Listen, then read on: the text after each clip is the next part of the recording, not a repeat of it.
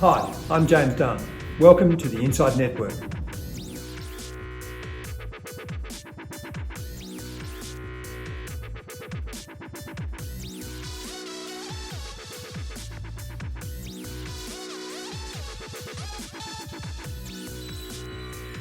This is INDepth. I'm with Andrew Canobi, Director Australia Fixed Income at Franklin Templeton. Welcome, Andrew. Thank you, James. Can you tell us really what happened in March? I know that's a big call to make in one question, but in the fixed income markets, sum it up for us. I think one of the things that happened in March that was particularly significant was not only a sell-off in assets, particularly led by equities, but also credit markets, but then a significant withdrawal of liquidity from the system. So not only prices of securities moving lower, but investors actually looking to take money out of the financial system. That was characterised by things like, in the United States, the money market industry, which is a very large part of the capital markets, a very big source of funding for corporates and financials, lost 11% of its assets in 1 week. Treasury mutual funds lost a lot of money. So that put a lot of stress on the system as well as putting downward pressure on prices. So was that another instance similar to the GFC scenario where fixed income and equity, which usually people try to use them in their portfolios for lack of correlation, but that this time the correlations went together? Correlations went together because normally those sort of safe haven assets like Treasury securities, government bonds started falling in price because they were liquid and investors were seeking to raise cash. And I think the reference to the GFC is an interesting one because had we kept going on that trajectory, we could have moved into that financial crisis type state, and the authorities were very quick to head that off at the pass and prevent that. Has fixed income in any way become fixed loss? I mean, I know that's a flippant way of putting it, but why hold bonds now? It's the right question to ask. If you went back 10 years ago to say May 2010, the yield on the 10-year Australian government bond was around 6.5%. Over the last 10 years, the average annual return for government bonds has been just under 6%. If we look forward over the next 10 years, we're starting with a yield of around 0.8 to 0.85. Those returns can't be replicated unless you expect yields to go substantially negative, which we don't. So in that sense, yes, you can't simply buy bond securities, hold them on a long-term basis and expect those same returns. You're going to have to be a lot more dynamic and incisive in the way you manage risk in the asset class. What about the buyers in the fixed income market? To what extent has the normal population of buyers and even the marginal buyer been overshadowed by governments and central banks coming into the fray? So central banks have now become very large participants in the market through quantitative easing programs, including our own Reserve Bank of Australia, the RBNZ in New Zealand as well. So that's now become part of the toolkit. And what that's going to do is effectively keep prices on government securities in particular at high levels, yields at low levels. So it kind of acts to constrain the volatility for a period of time. But to our mind, it's not a panacea for the asset class. It's not going to guarantee those returns. Two-part question. Firstly, for how long do you think that government central bank style buyer is going to be present in the market? Is that in any way a new normal? And the second part of the question is, to what extent across the curve are those buyers active, or are they still concentrating in certain areas? I think the central banks could be active for quite a long time. I mean, we saw QE1, QE2, QE3 in the US. Then we had a taper, if you like, and an expectation that the balance sheet in the United States would start to shrink, the Federal Reserve's balance sheet. Well, it didn't really shrink much at all, and now it's expanded at such a rate of knots that it will surpass the quantum of QE1, 2 and 3 very soon. So I think it does seem to be a one-way street.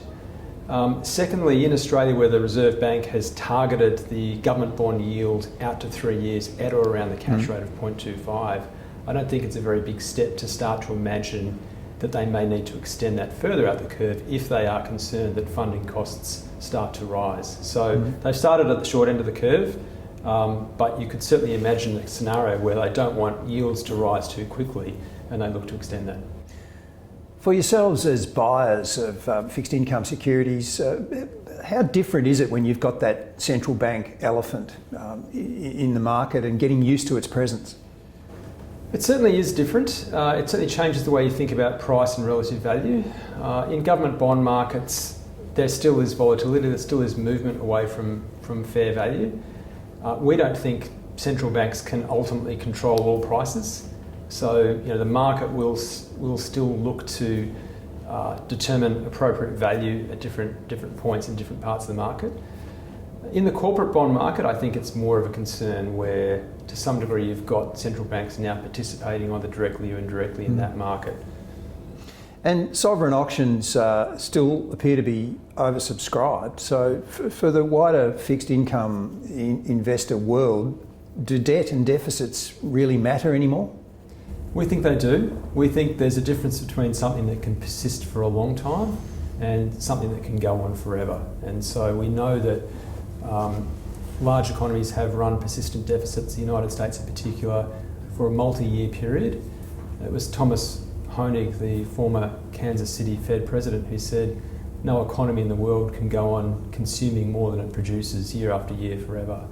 The fact that the United States has been in that space for a while doesn't change the fact that there is going to be an end point. What about the liquidity in your markets? How's that changed in, say, the last 5 years? It's changed in the sense that the fixed income market is an over-the-counter market. It's not an exchange-traded market, generally speaking. And so you're always looking for buyers to match up with sellers, with an intermediary in the middle via the investment banks.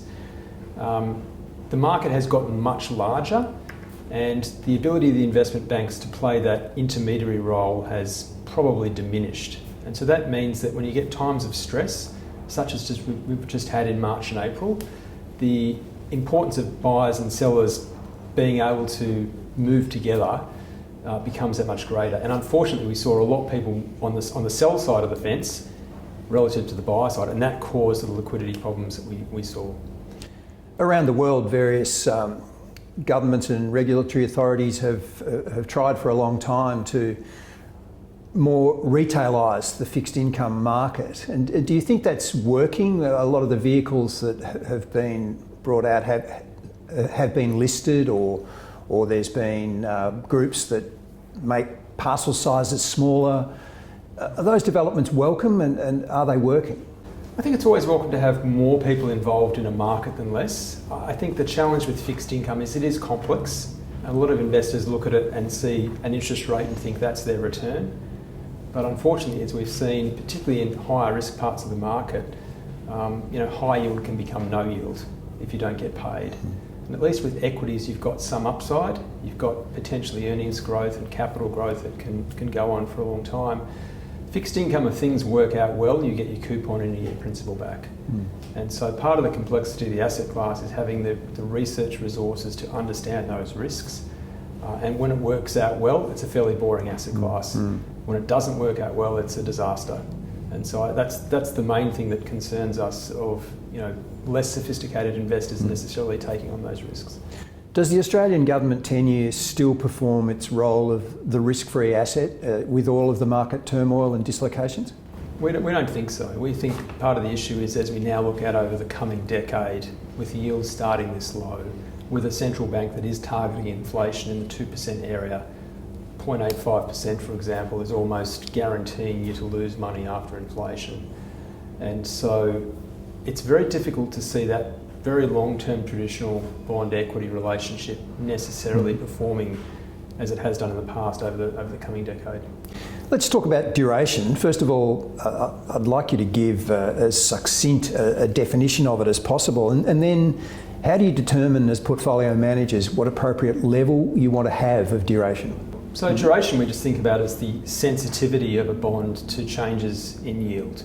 So if yields move up or down by 100 basis points or 1%, the duration gives you an approximate value of what that will do to the price of your security. Now, the way we think about duration is it's just a source of alpha. So we don't want to start portfolios with a static 3, 4, 5 years of duration risk. We want to start with effectively zero or relative to benchmark no risk, and then think of it as something that may or may not be attractive because of our investment conclusions and market pricing, and take appropriate action in portfolios at that point in time. So we're very tactical and dynamic with duration. We often ask equity managers this, and it's usually a bit easier for them to think of the example, but could you give us an example of what would be the best bond call you and your team have ever made? Well, there have been a few, I'm happy to say, but I think we certainly enjoyed some success over the last couple of years because we were very early in our investment belief that central banks, including the Reserve Bank of Australia, weren't done cutting interest rates after they'd done so in 2016. So 2016 they cut rates in this country twice, down to the 1.5% level, and our analysis showed through 17, 18 actually they were going to continue to do that. And so we were able to position tactically on the right side of that and it worked very well. What's an example of a bad call? Bad calls for us are more about timing and being able to manage risk where we're either too early or perhaps we just perhaps are a bit ahead of where markets are. So certainly in the middle part of 17, we were approaching markets from that long duration stance.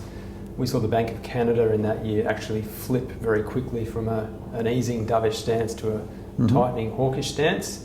And markets concluded the Bank of Canada, the Reserve Bank of Australia, New Zealand must be in a similar space given our economies, and that caused markets to move against our thesis. But we were able to manage that and sort of move forward. Many expected negative interest rates in Europe to normalise, and they didn't.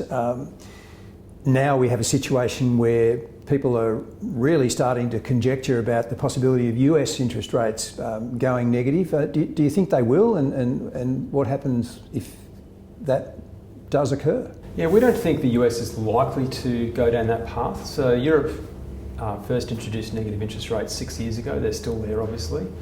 So history is showing us that once you go there, you don't really get out of it. The US is a very different economy. It's obviously one economy. It's got one central bank, one currency, as opposed to the EU. It also has a very big money market fund sector, where a lot of investors put their deposits effectively, and that finances corporates and banks, and that would be at risk in a negative rate environment. And finally, another point is we're not sure of the legality of the Federal Reserve being able to actually go down that path under the current law as it stands. So you overlay that with the political tensions that might arise, I think it's pretty unlikely. Is your universe of the kind of bonds you can look at and buy growing? It's growing as the sector grows. So just if we look at the Australian market, for example, it's grown significantly over the last 5 to 10 years, not only in size but also breadth in the number of issuers who raise money here. So that's certainly the case. And also globally as well, we've seen bond markets expand, more and more issuers tap the capital markets, so that creates good opportunities. What kind of newer categories have come into your investment universe in recent years? So it's more about issuers that we haven't seen before, perhaps emerging and starting to become more frequent borrowers. Globally, in corporate space, we've obviously seen more tech-style borrowers emerge. In Australia locally, we've seen a growing number of Asia-Pacific countries and issuers come to the Australian dollar market because it's close, it's attractive, etc. So that's a new thing and a welcome one from our perspective. Okay, Andrew, thank you very much. Thank you.